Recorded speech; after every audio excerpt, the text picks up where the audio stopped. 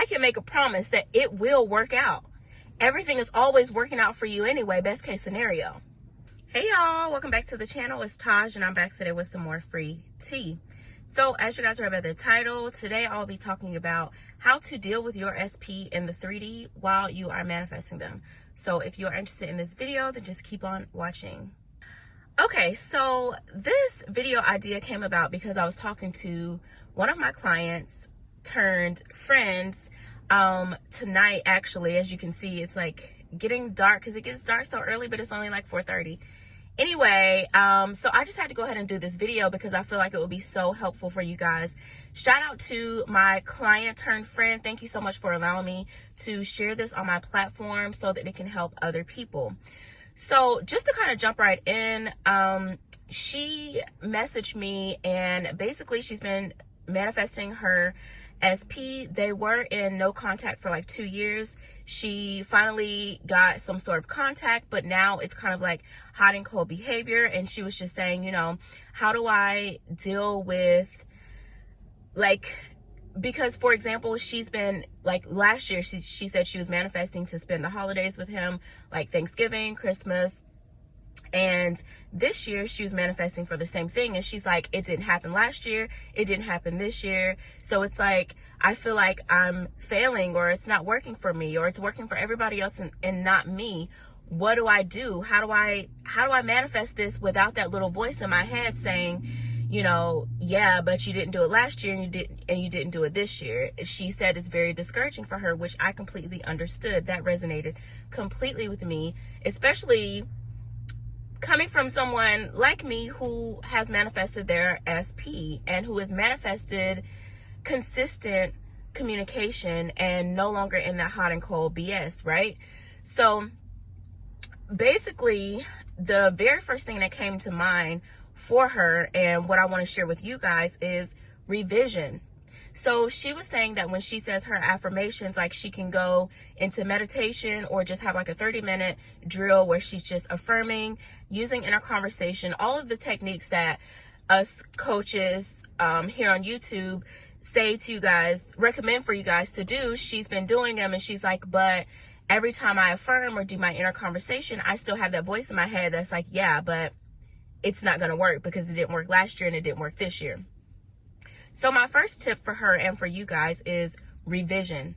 Revision needs to be your best friend, okay? Revision is your best friend. So my suggestion is to revise the past. My suggestion to her was revise last year. You actually did spend the holidays with your SP and it was great. You actually did spend the holidays with your SP this year and it was also great. You always spend your holidays with your SP. Why? Because it is natural and normal for you guys to be together in a happy, loving relationship. That's what couples do. They spend the holidays together. So my number one tip for you guys while you're manifesting your SP and still dealing with the 3D as well is revision.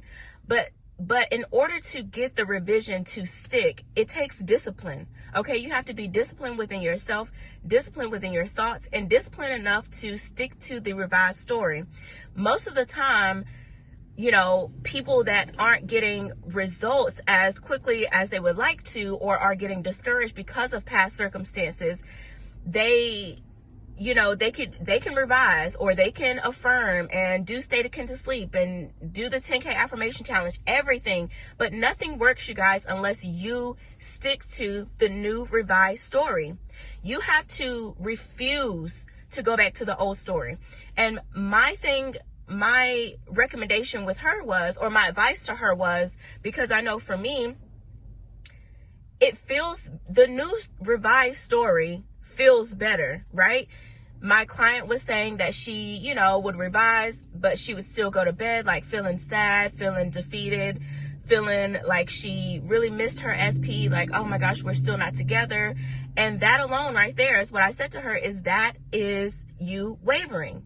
You're wavering, meaning you're not sticking to the revised story. So as soon as you get out of your 30-minute affirmation or meditation or whatever techniques you guys are doing, then you go about your day. You have to continue throughout your day to fine-tune your thoughts and stick to your revised story. No matter what, you cannot go back to the old story, because when you do, You are wavering. You are creating hot and cold behavior.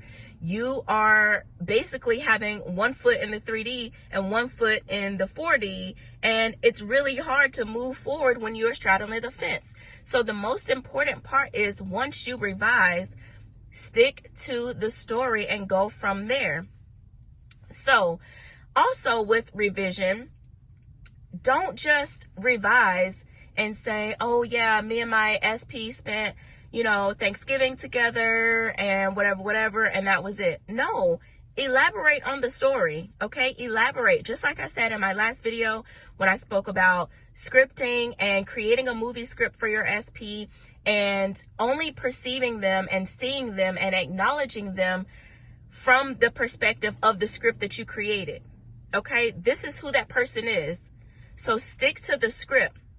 That is the main thing. And when you do your revision, be sure that you are elaborating, okay? Elaborate on the story. The more you elaborate and really go into your imagination like a child and create the circumstance or the reality that best fits you, that you would actually want to experience, then the more you are living in the in. Because with revision, all revision is doing is helping us get back to that state of knowing, and it's helping us live in the in.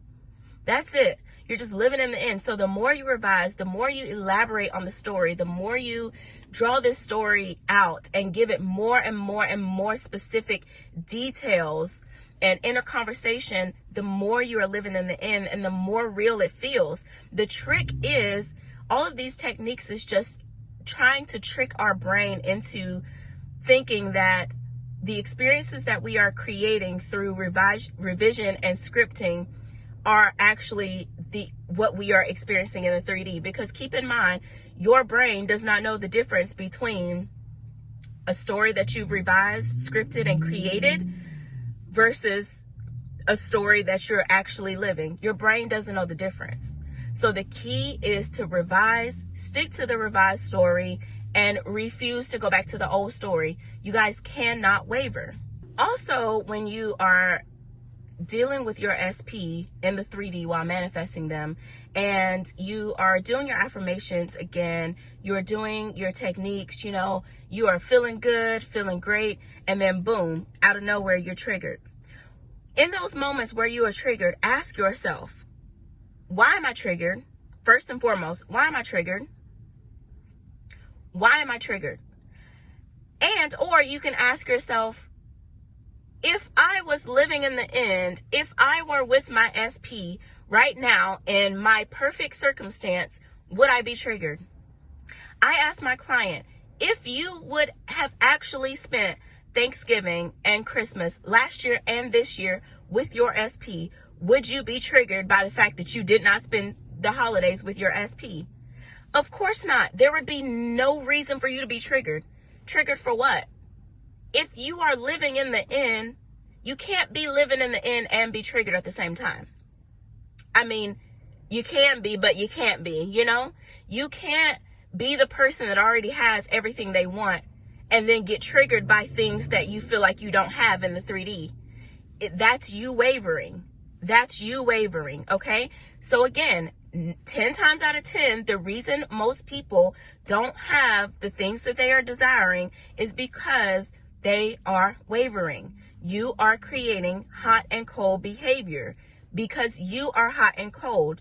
1 minute you are affirming, you are living in the in. The next minute you are being triggered by the 3D. You are being controlled by the 3D.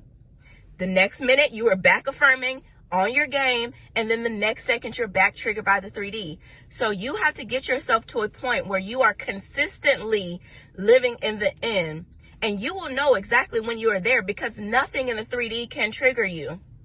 Because if you are living in the end up here, you can't possibly be triggered, because what are you triggered for? That is delusional. It is complete delusion to have $500,000 in your bank account, and then still be triggered by money or bills in the 3D. Okay? Because you have to stick to the story. Stick to what feels good for you. And I know sometimes it can feel risky, especially when you have deadlines and things due, such as bills, or, you know, when you have the holidays coming up and you haven't spoken to your SP in the 3D and you want to spend that time with them. I know that can feel some type of way, but you have to be disciplined enough and mentally strong enough to stick to your story. And I promise you, I can make a promise that it will work out. Everything is always working out for you anyway, best case scenario. So you have to not be triggered, because what are you triggered for if you're living in the end? I'm living in the end. I have every single thing that I desire. So there's literally no reason for me to be triggered. It's like, oh, okay. Because I'm choosing to stick to this story for a number of reasons, but mainly because it feels better. I would rather go to sleep at night feeling like a wealthy, rich, you know, and feeling like this person who is in love, who's got everything they want with their SP, versus going to bed every night feeling sad, depressed, lonely, and angry because I don't have what I want. When I am in control of that, so I can just simply revise it and stick to the revised story, because that feels better anyway. So I'm just going to live in la la land, whatever you want to call it. I'm going to live in a land of delusion until my things are actually manifested in this 3D reality, because otherwise they're not going to manifest if you continue to waver. What's going to manifest is more of what you don't want, because you're giving your attention to it. So ask yourself why you're triggered. Ask yourself if you would be triggered if you already have what you want. And I'm not saying that being triggered is a bad thing. Sometimes I still get triggered.